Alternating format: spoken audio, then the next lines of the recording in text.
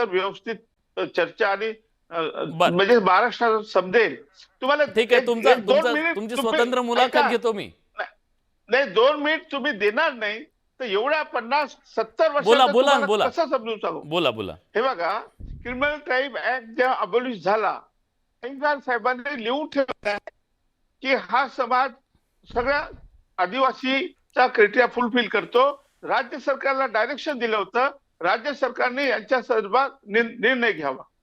त्यानंतर बाबासाहेब आंबेडकरांनी जो संविधान लिहिलेला आहे त्याची जी लिस्ट आहे शेड्यूल ट्राईबची 35 नंबरवर, नायकला, मोठा नायका, नाना नायका, चोळीवाला नायका, सिंगवाला नायका, हे आमचीच एंट्री आहे. पण अडाणी समाज एवढा होता, आधी त्याने सांगितलंच नाही, कोणी बघितलंच नाही.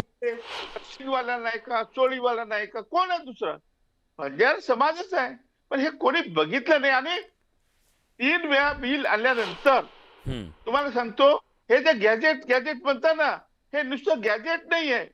रिऑर्गनायझेशन ऑफ स्टेट 1956 चा जो ऍक्ट आहे, जेव्हा आम्ही 5 जिल्हे इकडे आलो त्याच्यामध्ये जसा कुणबी आणि मराठा एक असं लिहिलेलं आहे, तसं लमाण आणि बंजारा लिहिलेलं आहे. त्यामध्ये असं होतं की जो समाज ज्यांना ज्या सवलती आरक्षण मिळत आहे ते त्यांना कंटिन्यू राहील. ठीक आहे, हे ठीक आहे. सगळे पुरावे, आणखी तुम्हाला कितीतरी पुरावे देईल. बर बर बर मला मी येतो तुमच्याकडे. हरिभाऊ, मी येतो तुमच्याकडे. मला या चर्चेमध्ये राजेंद्र कोंडरे सरांना घ्यायचंय.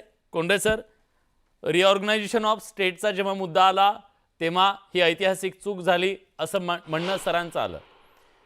पण आता गॅझेटच्या त्या पानांमधून आरक्षणाचा मार्ग शोधला जातोय. आपल्या सगळ्या प्रश्नांवरती मार्ग शोधला जातोय. आरक्षणाचा हा मार्ग आहे. आज मराठवाड्यामध्ये अनेक मराठा समाज बांधवांना कुणबी प्रमाणपत्र दिली गेली.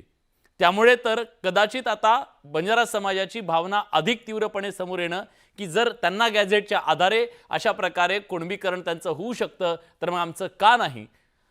स्पष्टपणे सांगा की खरंच गॅझेटची पानं आरक्षणाचा मार्ग मोकळा करतात का?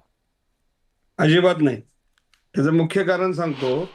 गॅझेटमध्ये 2 प्रकार आहेत. जातीचा एखादा संदर्भ जुन्या काळामध्ये जो असेल त्याचा रेफरन्स घेऊन जातीचं प्रमाणपत्र देणं हा भाग वेगळा आहे.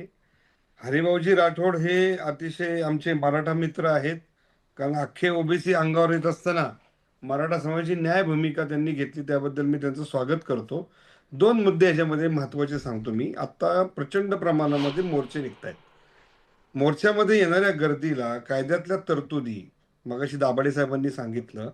माझ्याकडे आता एक केस आहे, Kishor Ganpat Chavan versus state of Maharashtra. या केसमध्ये एक रेफरन्स आहे. कोळी समाजाच्या एका महिलेने हैदराबाद स्टेटमध्ये एसटीचा दर्जा होता. तो दर्जा असताना त्यांनी महाराष्ट्रामध्ये ज्यावेळेस महाराष्ट्रामध्ये हैदराबाद संस्थानातली काही जिल्हे विलीन झाले त्यावेळेस झालेल्या अटी शर्तीप्रमाणे तिथलं स्टेटस देणं क्रमप्राप्त होतं. ते का दिलं गेलं नाही मला आज माहिती नाही. पण ही केस जेव्हा 2007 मध्ये औरंगाबाद बेंचच्या हायकोर्टामध्ये गेल्यानंतर ती जी केसचं नाव मी या ठिकाणी जाणीवपूर्वक सांगतो, Nanda Yadavrao Sankpale versus state of Maharashtra, त्यामध्ये कोळीचं जे स्टेटस आहे ते देण्याला नकार दिला. दुसरा मला या ठिकाणी महत्वाचा मुद्दा काय सांगायचा आहे की राष्ट्रपतींनी SC ST ची जी यादी आहे ती राष्ट्रपतींची प्रेसिडेन्शियल ऑर्डर 1950 ला झाली. त्याच्यामध्ये 2-3 वेळा काय बदल झालेत. कोणत्याही समुदायाला आदिवासीची लक्षणं सिद्ध करण्यासाठी जी TRTIES नावाची संस्था आहे पुण्याला, आदिवासी संशोधन संस्था, हिचा पहिला अहवाल प्राप्त करून घ्यावा लागेल. त्या टर्म्समध्ये हे आदिवासी आहेत का हे सिद्ध करावं लागेल. त्यानंतर महाराष्ट्राच्या विधिमंडळामध्ये जी आमदारांची समिती आहे ह्या आमदारांच्या समितीकडे हा विषय जातो. त्याच्यानंतर मग गव्हर्नमेंट ऑफ महाराष्ट्राचे जे सेक्रेटरी यांच्या मार्फत तो केंद्र सरकारला प्रस्ताव जातो. केंद्रामध्ये सेन्सस डिपार्टमेंट आणि ST कमिशन या दोन्हीकडे हा प्रस्ताव जातो. तो तिथं छाननी केला जातो. त्यानंतर एक ट्रायबल कमिटी आहे त्या कमिटीकडे जातो. त्यानंतर संसदेच्याकडे दोन्ही सभागृहामध्ये जातं. त्या ठिकाणी ती दुरुस्ती झाल्यानंतर मग राष्ट्रपतींना हे डिक्लेरेशन केलं जातं. मोर्चे काढून काही होणार नाही असं तुम्ही नुसत्या गॅझेटवर हे होणारा म्हणजे नुसत्या गॅझेटवर होणार. आजही सांगतो 1956 ला डॉक्टर बाबासाहेब आंबेडकरांनी अनुसूचित जमातीतल्या महार जातीचं नवबौद्ध म्हणून जे काही धर्मांतर झालं, याला शेवट अधिकृत मान्यता 1989 ला मिळावं लागली. प्रेसिडेन्शियल ऑर्डर मध्ये बुद्धिस्ट आणि शिखांमधला एक कम्युनिटीची सुदुरुस्ती करायला 1989 लागलं. बंजारा समाजाची लक्षणं निश्चितपणे दिसतात आदिवासींसारखी, त्यात काही वाद नाहीये. परंतु मी वारंवार सांगतोय की आपण आत्ताच्या शतकामध्ये उपचार एका पद्धतीने मागतोय आणि तंत्रज्ञान दुसरीकडे चाललंय. शेवट काय आहे तर बेरोजगारी, शिक्षणाचा दर्जा, प्रत्येक भागातल्या पायाभूत सुविधा ह्या जर सगळ्या समाजामध्ये पसरल्या तर प्रत्येकाचं उत्तर आपण जातीच्या आरक्षणामध्ये नाही शोधू शकत. हे कधीतरी आपल्याला महाराष्ट्राला आणि देशाला सांगावं लागेल. आणि मुळात राज्यकर्त्यांनी काय करायला पाहिजे, सगळ्याच राजकीय पक्षाच्या प्रत्येक गोष्टीचं जातीच्या अंगाने जे उत्तर शोधलं होतं ते घातक आहे महाराष्ट्रासाठी. खरंय सर.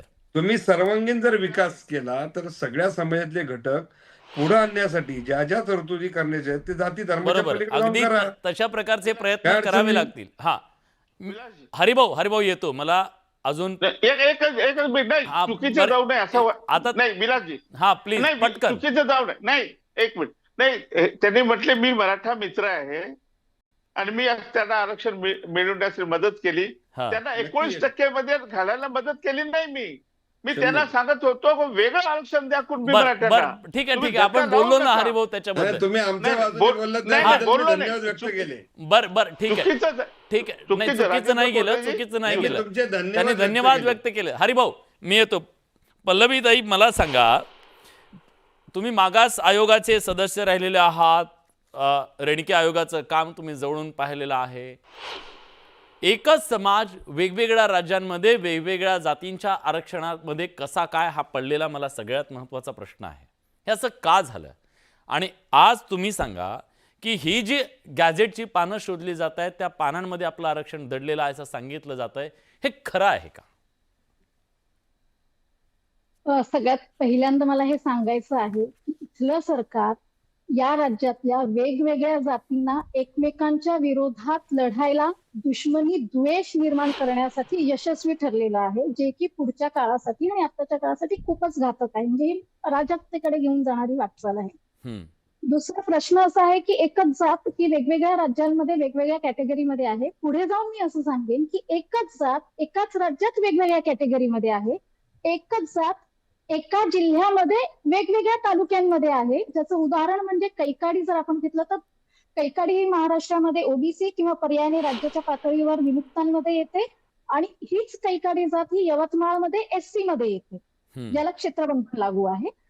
आपण मध्य प्रदेशमध्ये जर गेलो तर मध्य प्रदेशमध्ये बैतूल नावाचा जिल्हा आहे, ज्याच्यामध्ये पारधी ही सगळ्यांना माहिती आहे जात आहे की आपल्याकडे विमुक्त, आपल्याकडे पारधी पण आपल्याकडे विमुक्तांमध्ये पण आहे आणि शेड्यूल ट्राईब मध्ये पण आहे. पारधी इथल्या काही सत्तास वेगवेगळ्या प्रवर्गात आहेत.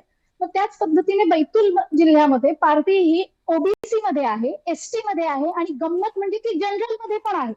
तर ही एकच जात वेगवेगळ्या कॅटेगरीमध्ये आहे आणि हा सगळ्यात मोठा दोष आहे आपल्या इथला राज्यकर्त्यांचा. कारण का आपण स्वातंत्र्य मिळाल्यानंतर सर्व समाज, सर्व मानव समान आहेत या सम्यक भावनेने स्वतंत्र भारताची ध्येय वाटचाल पूर्ण केलेली आहे. पण सर्व मानव समान असताना वेगवेगळे समाज हे वेगवेगळ्या कॅटेगरीमध्ये टाकून खूप मोठा एक दोष निर्माण केलेला आहे, पहिली गोष्ट. दुसरी गोष्ट असं काय झालं तर हे याच्यामुळे झालं कारण का हा समाज मुळात भटका विमुक्त समाज हा क्रिमिनल ट्राईब्स म्हणजे गुन्हेगारी जमात म्हणून हा कायद्याने ब्रिटिशांनी त्यांना गुन्हेगार ठरवलं होतं की जो 1952 पर्यंत तारेच्या कुंपणात होता, ज्यांचा कुठलाही व्हॉइस नव्हता, जे स्वतःचे मुद्दे मांडू शकत नव्हते राजकीय पटलावर, प्रशासकीय पटलावर. ज्या पद्धतीने अनुसूचित जाती, अनुसूचित जमाती आणि ओबीसी यांचं प्रतिनिधित्व होतं त्या पद्धतीने यांचं प्रतिनिधित्व नव्हतं आणि यांचे प्रश्न समजून घेणारे सुद्धा नव्हते.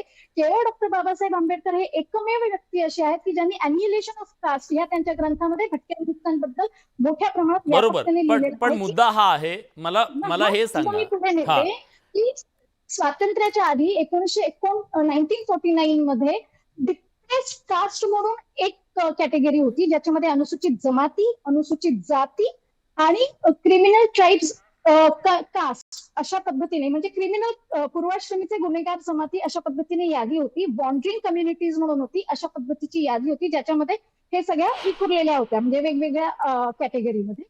जेव्हा आपल्याला स्वातंत्र्य मिळालं, तेव्हा स्वातंत्र्य मिळाल्यानंतर आपण संविधानाची निर्मिती केली, संविधानाचं आपण लागू केलं, आणि 1951 नंतर, म्हणजे 1950 नंतर 51 नंतर अनुसूचित जाती जमाती आयोग आले, आणि त्या आयोगाने ह्या याद्या राज्यातल्या, म्हणजे राज्य सरकारने आपल्याला वाटेल तसं, आपल्याला मनाला येईल तसं या राज्यांची निर्मिती झाल्यावर यांना वेगवेगळ्या कॅटेगरीमध्ये टाकलं. पण मग आता आजच्या घडीला 78 वर्षापूर्वीच्या त्या गॅझेटच्या पानांमधून आरक्षण मिळू शकेल का? मराठा कुणबी होईल का आणि बंजारा आदिवासी होईल का? आपण थोडंसं ह्याच्यावर गुणात्मक फरक बघितला पाहिजे बंजारा आणि मराठांच्या मागणीचा. बंजारा समाजाचा मागणी आहे की त्यांना अनुसूचित जमातीमध्ये इन्क्लूड केलं पाहिजे, आणि मराठा समाजाची मागणी अशी आहे की आम्ही ऑलरेडी ओबीसी मध्ये आहोत, म्हणजे मी काय त्यांचं समर्थन करत नाही, ते ऑलरेडी ओबीसी मध्ये आहेत, आणि कुणबी मराठा कुणबी ही आम्ही एकच आहोत, आणि आम्हाला जातीचे दाखले मिळायला प्रश्न येत आहे, म्हणून त्यांनी तो गॅझेटियरचा एक संदर्भ घेतलेला आहे. मुळात काँग्रेसवाल्यांनी जसं सांगितलं, म्हणजे मी राज्य मागासवर्ग आयोगावर काम केलेलं आहे, आणि त्याच्यामध्ये आम्हाला काही एक प्रोटोकॉल होता की एखाद्या जातीला इन्क्लूड करायचं असेल, एक्सक्लूड करायचं असेल, तर तुम्ही काय कोणत्या गोष्टी पडताळाल. तर त्याच्यामध्ये आम्हाला पीपल ऑफ इंडिया, म्हणजे भारत सरकारच्या अँथ्रोपॉलॉजी डिपार्टमेंटने जे सगळ्या देशातल्या सगळ्या तालुक्यांमध्ये, गावांमध्ये जाऊन प्रत्येक जातीचा अभ्यास केला होता, ते आम्हाला संदर्भ म्हणून बघायचं होतं. दुसरं, ब्रिटिशांच्या काळात अँथ्रोपॉलॉजिस्ट होऊन गेले रसेल अँड हिरालाल यांचं आम्हाला तपासणं होतं. तिसरं, वेगवेगळ्या जिल्ह्यांचे स्वतंत्र गॅजेट आहेत, जसं हे आपण हैदराबाद गॅझेटियर म्हणतो, हे तर आहेच आहे, पण जिल्ह्यांचे सुद्धा गॅझेटियर ब्रिटिश काळामध्ये आलेले होते. तर त्या गॅझेटियरचा संदर्भ घेऊन सुद्धा आम्ही त्या जातीची, जमातीची, पूर्वाश्रमीची पद्धत काय होती, खरंच ते ओबीसी आहेत का, खरंच त्यांचा तो व्यवसाय होता का, खरंच ते भटकंती करत होते का, या सगळ्याचा संदर्भ घेऊन त्या जातीला इन्क्लूड करावं की नाही. ठीक आहे, मग मला हाच मुद्दा घ्यायचा आहे. पहिल्यांदा डॉक्टर, तुमच्या वेळ कमी आहे माझ्याकडे, म्हणून रिऑर्गनायझेशन पुन्हा होऊ शकतं का आरक्षणाच्या संदर्भातलं? हे जे सगळे पेच निर्माण झालेले आहेत, मराठवाडा जेव्हा महाराष्ट्रामध्ये आला तेव्हा तिथले सगळे संदर्भ बदलून गेलेले आहेत. तिथलं जे ओरिजिनल आरक्षण होतं ते आरक्षण बदललं गेलेलं आहे. आता हे आरक्षण आपल्याला पूर्ववत करता येऊ शकतं का? त्याच्यात बदल करता येऊ शकतात का? कायदा काय सांगतो? असं करता येऊ शकत नाही. आणि माझी विनंती आहे सगळ्या मराठा बंजारा बांधवांना की हे जे गॅजेटियरच्या प्रेमातून आपण बाहेर पडा. आपला मोठा प्रेमभंग होणार आहे, लक्षात घ्या. हरिभाऊ प्रेमभंग होणार आहे म्हणतायत ते? बिलकुल होणार नाही, बिलकुल होणार नाही. तुम्ही एक मिनिट, दाभाडे साहेब, तुम्ही जे मोर्चे ऐका ना, प्रेमभंग होणार नाही. तुम्ही मोर्चे बघितले की नाही? मोर्चे बघताय तुम्ही? मोर्चे बघताय ना? मराठा समाजापेक्षा जास्त मोठे मोर्चे निघत आहेत. आपण मोर्चामधून मार्ग जात नाही आरक्षणाचा. हरिभाऊ, तुम्हालाही माहिती आहे ना का जातो? बघितलं ना आम्ही, बघितलं ना, जरांगे पाटलांचं बघितलं ना तुम्ही? दबावाचं राजकारण, लोकशाही डोक्यांचं राजकारण सोडणार नाही, आम्ही आरक्षण घेणार. पण दाभाडे साहेब, तुमच्यातून घेणार नाही, तुमच्या 7% मधून घेणार नाही, तुमच्या 7%ला आम्ही धक्काही लावणार नाही. आम्ही वेगळं आरक्षण घेणार आहोत. डॉक्टर पल्लवी ताई, प्लीज एक जण बोलूया. गॅजेटेरचा प्रेम फक्त मराठा समाजासाठी असू शकतो का? घोरबंजारा समाजासाठी असू शकत नाही का? तेच सांगायचंय. गॅजेटियरचं त्यासोबत मला हे सांगायचं आहे. नाही, ऐकून घ्या. डॉक्टर 1 मिनिटात आलो, थांबा, त्यांचं म्हणणं काय ऐकू द्या. गॅजेटेरचा आधार फक्त मराठा समाजाला लागू शकतो आणि बंजारा समाजाला लागू शकत नाही, हे कुठल्या बेसवर आपण सांगू शकतो? ठीक आहे, मी विचारतो त्यांना. डॉक्टर शेवटचा 1 मिनिट आहे माझ्याकडे, शेवटचा 1 मिनिट आहे, प्लीज. आणि मला बोलू द्या. हा, बोला. 1909च्या गॅझेटियर मध्ये बंजारांचा उल्लेख, other important agricultural caste are Banjaras, म्हणजे इम्पॉर्टंट ऍग्रिकल्चरल कास्ट म्हणजे शेतकरी जाती असं म्हटलेलं आहे. त्याच्यानंतर 1884चं जे गॅझेटियर आहे, हैदराबाद गॅझेटियर, त्याच्यामधला मी उल्लेख वाचून दाखवतो. त्याच्यामध्ये स्पष्ट असं लिहिलेलं आहे की हे जे बंजारा समाज जो आहे तो मराठा आणि कुणबी सदृश्य आहे. म्हणजे लक्षात घ्या, गॅझेटियर मध्ये हे तुम्हाला चुकीचं आहे, मराठा चुकीचं आहे. म्हटलेलं आहे. बर म्हणून म्हणतो की गॅझेटियर मध्ये अनेक विसंगती गॅजेटियरच्या आहेत. ठीक आहे. प्रमाणे मला सांगा. नाही, नाही. तुम्हाला दाभाडे हा. तुम्हाला किती गॅजेट दाखवू? अहो नाही, नाही, एक मिनिट. डॉक्टर मी तिघांनाही थांबवतोय. पल्लवीताई प्लीज तुमचं सबमिशन पटकन. गॅजेटियर मधल्या ह्या विसंगती आहेत. एक विसंगती गॅजेटियर मधली आता त्यांनी सांगितली, पण विसंगती ही सुद्धा आहे. हाच बंजारा समाज काही राज्यांमध्ये एससी मध्ये आहे, हाच बंजारा समाज काही राज्यांमध्ये एसटी मध्ये आहे. मग तो महाराष्ट्रात अचानक ओबीसी कसा काय झाला? महाराष्ट्र, मध्य प्रदेश, गुजरात, राजस्थान या राज्यांमध्ये तो ओबीसी मध्ये आहे, आणि आपण नॉर्थ मध्ये गेलो, पंजाब, हरियाणा, दिल्ली याच्यामध्ये ते एससी मध्ये आहेत, तेलंगणामध्ये एसटी मध्ये आहे, हैदराबाद, आंध्र प्रदेश एसटी मध्ये आहे, कर्नाटक मध्ये एससी मध्ये आहे. मग हा हैदराबादचाच एक भाग होता, तो महाराष्ट्रात आल्यानंतर ओबीसी कसा काय झाला, हा माझा प्रश्न आहे. सांगितलं ना की त्या राज्यांनी त्यांच्या म्हणजे कुठलाही निकष न तपासता तो घेतलेला निर्णय आहे. त्याच्यामुळे मग आता त्याचा फेरविचार होऊ शकतो का? आता त्याचा फेरविचार होऊ शकतो का? होऊ शकतो, पण तो केवळ केंद्राच्या पातळीवर होऊ शकतो. मला हाच सबमिशन करायचा आहे की हा मुद्दा हा राज्याच्या पातळीवरचा नाही. हरिभाऊ, तुमच्याकडे आता खासदार एकही खासदार नाही केंद्र पातळीवर.